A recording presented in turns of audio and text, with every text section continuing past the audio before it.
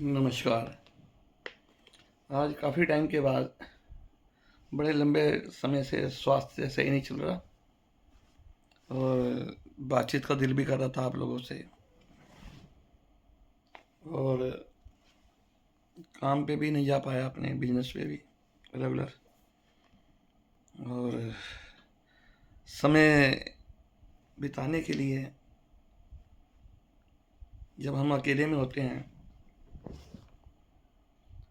और जब कोशिश करते हैं इसके एहसास में जुड़ने की, तो ये कई मार्ग दिखाता है। आज मैं आपको एक बुक दिखाना चाहता हूँ।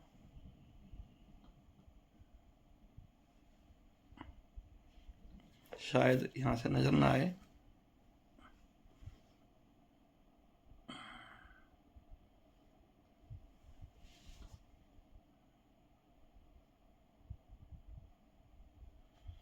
तो ये बुक का नाम है योगी कथामृत, एक योगी की आत्मकथा, परमहंस योगानंद। और एक बुक और है, महफिल मुर्शिद।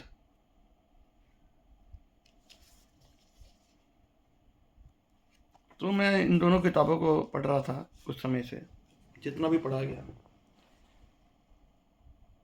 बातें तो संतों की अच्छी होती हैं, लेकिन दिल करा आपके साथ शेयर करने का कि जो योगी थे परमहंस योगानंद जी, इन्होंने कहा जो ईश्वर है, इसका जो सिस्टम, निजाम, जो तरीका है इसका, वो इतना बेहतरीन है कि आपके पास ये आंखें तो हैं, लेकिन इस आंखों से खाली आपको माया ही दिखती है। और माया किसकी बनी हुई है? इस निरंकार की, इस ईश्वर की। हम माया में उलझते हैं, संसारिक हैं, उलझेंगे, लेकिन ईश्वर को देखने के लिए जो निगाहें चाहिए, वो निगाहें अंदर करनी पड़ती हैं, मन अंदर। अब इसका मतलब ये तो नहीं है कि हम अपनी आंखें पलट लें फिजिकल रूप में, भाई ऐसा करना भी नहीं है। पता चला है और ऑपरेशन कराना पड़ जाए। कहने का तात्पर्य यह है कि जो अंदर की तरफ हम आंतरिक रूप में हम देखते हैं कि मैं कौन हूं। क्या मैं जगमोहन हूं? क्या मैं एक आत्मा हूं? क्या मैं एक सूक्ष्म शरीर हूं? आखिर मैं हूं क्या? यही विश्लेषण कर रहा था मैं। तो जब हम अच्छे लोगों का संग करते हैं, जो ज्ञानवर्धक लोग होते हैं, जिनको ईश्वर का ज्ञान होता है, मैं ये नहीं कहूँगा इस मापदंड पे कि भाई उसको कितना ज्ञान है कितना नहीं है, उनका ज्ञान कितना विशाल है, क्योंकि जो भी आदमी होता है आध्यात्मिक मार्ग में धीरे धीरे धीरे आगे बढ़ता है। वो पूर्णतः कोई नहीं होता ईश्वर के अलावा। लेकिन जब हम ईश्वर को जान लेते हैं कि मेरे घट के अंदर भी है, मेरे बाहर भी है, और जब हम आंखें बंद करके उसका ध्यान लगाते हैं, अंतर मन में ध्यान लगाते हैं उसका, तो जो ये आंखें हैं ना, ये बंद हो जाती हैं और अंदर की आंखें खुल जाती हैं। और उस ध्यान के अंदर हमें एक ऐसी अनुभूति होती है जो हमें आनंद से परम आनंद की स्थिति में ले जाती है। माफी चाहूंगा, मैं कोशिश तो कर रहा हूं अपनी तरफ से समझाने की। खैर, मैं कौन होता समझाने वाला? जो मेरे घट में रह के वो बोल रहा है ना, वो वही समझाना चाहता है, मुझे भी और आपको भी। जब मन अंदर, जब ये ध्यान अंदर जाता है, तो हमें नजर आता है कि मैं एक एनर्जी हूं, मेरे अंदर एक सूक्ष्म शरीर है जो सब देख रहे हैं। आंखें भी मन के अधीन है, जो देखती हैं वो सोचती हैं। आंखें देखती हैं, मस्तिष्क उसको कंट्रोल देता है कि देखो। मन चंचल भंवरा है, वो माया के जाल में इसको ऐसा उड़ाता है कि आदमी सोचता है I am here for ever, मैं हमेशा के लिए यहां पर हूं। और यही सबसे बड़ी उसकी गलती होती है, यही सबसे बड़ी उसकी भूल होती है, क्योंकि उसको मालूम नहीं है कि कोई भी पर्सन हमेशा फॉर एवर नहीं है। यहाँ पर कोठियां, महल, मकान, रिश्ते, नाते, पता नहीं क्या क्या जाल जो होता है ना, मकड़ी जाल जैसे बुनती है, वो जाल बुनता रहता बुनता रहता बुनता रहता, और उसी जाल में अपने आप को एक दिन कैद कर लेता है और फिर तड़पता है। वो जाल कैसे तड़प रहा है? महल मारिए बना ली, जो साधन सुख दे रहे थे वही अब दुख का कारण बन गए। जो रिश्ते सुख दे रहे थे वही रिश्ते दुख का कारण बन गए। जो धन सुख दे रहा था वही धन दुख का कारण बन गया। जो काया सुख दे रही थी वही दुख का कारण बन गई। इसके पीछे की वजह क्या है? मोह, अटैचमेंट। हम इतने अटैच हो जाते हैं इस माया से, इस संसार से, कि जो अपनी वास्तविक यात्रा है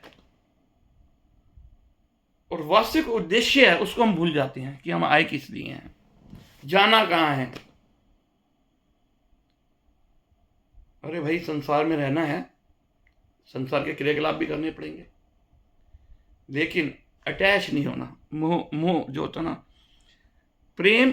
अब कोई कहता है जी मैं अपने बच्चे से बड़ा प्यार करता हूँ, मैं अपने पोते से, दोते से, अपने बेटे से, अपनी बेटी से, कोई भी रिश्ता नाता कह लो, हस्बैंड वाइफ से, वाइफ हस्बैंड से, कुछ भी, किसी के रिश्ते की गहराई में नहीं जाऊंगा। लेकिन यही प्रेम कब मोह में तब्दील हो जाता है? जैसे मोह में तब्दील होता है वो चेंज हो जाता है। क्यों? फॉर एग्जाम्पल, एक पिता का पुत्र है, बहुत सुंदर, स्मार्ट, काफी हैंडसम है। उसको बचपन से पालता जा रहा है, अच्छी प्रशिक्षण दे रहा है, शिक्षा अच्छी दे रहा है, सब कुछ अच्छा दे रहा है। बच्चा हो गया 25-27 साल का, हैंडसम, 6 फुट समथिंग हाइट उसकी निकलती है, वेल बिल्ट है, वेल एजुकेटेड है, अच्छे संस्कार हैं, सब कुछ है। लेकिन उसकी आयु लिखी हुई है 27 साल। ना पिता को पता है ना बेटे को पता है। प्रेम घनिष्ठ है दोनों में, एक पल दोनों के बिना रहना मुश्किल है।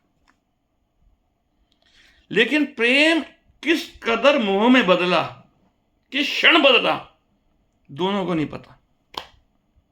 अब हुआ क्या कि बेटे की एक्सीडेंट में मृत्यु हो गई। अब प्रेम जो था ना, वो तो प्रचंड मोह में चेंज हो गया था। पिता जो संस्कारी था भूल चुका था, इसको एक दिन जाना था और मुझे भी जाना है।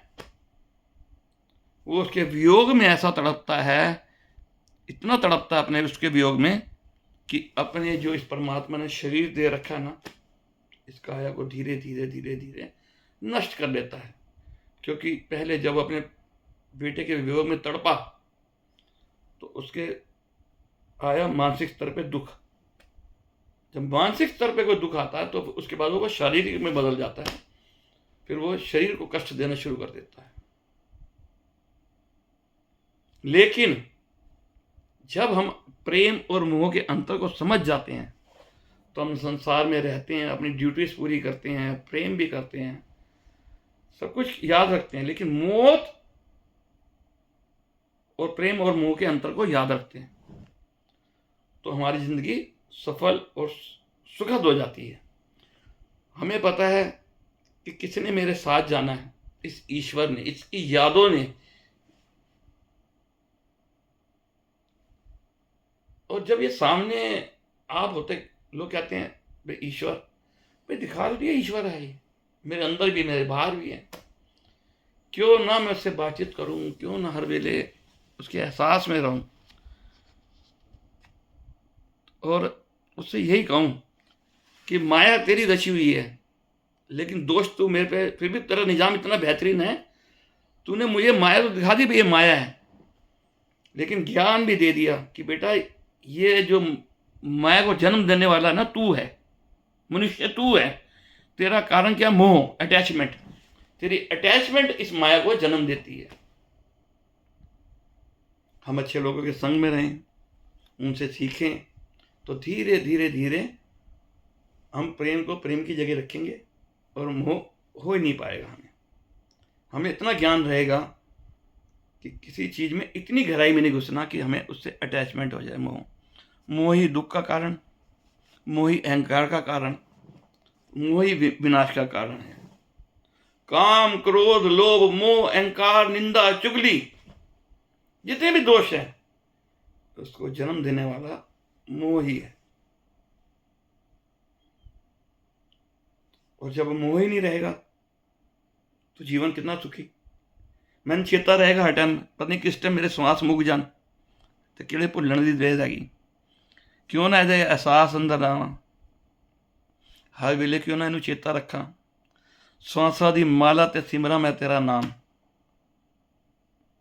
श्वासों की माला पे, इससे भी याद आया, श्वासों की माला पे कैसे हम इसको हर वक्त याद रखें। और हर वक्त याद रखने का तरीका ही है साधना। जब साधना गहराई में उतरती है, ध्यान गहराई में उतरता है, रिजल्ट वहां से आने शुरू होते हैं। आप जहाँ ध्यान फोकस करोगे, रिजल्ट वहीं से आएंगे। आपने टारगेट बना लिया कि मेरा यार एक कोई निरंकार हैगा और कोई दूजा नहीं है, ये मेरे संगे साथी है, सब भूल जाने मैंने, लेकिन मेरा ए लोग भी सुविधा करेगा, परलोक भी सुविधा करेगा, ए मेरे ना हुण भी हैगा, अगे भी रहेगा। ये तो जो कपड़े हैं ना, ये चेंज होने हैं, इस आत्मा ने चेंज करने हैं। आत्मा को संवारना है मुझे, बॉडी को नहीं संवारना। मुझे लगता है वीडियो काफ़ी लंबी हो गई, इसके लिए माफ़ी चाहूँगा। कभी फिर समय मिला तो फिर बनाऊँगा। जो सीखा आपके चरणों से सीखा, और बोलने में कोई गलती होगी हो उसके लिए दास आपसे माफ़ी चाहेगा। साथ संगत जी प्यार से कहना, धन्य निरंकार जी।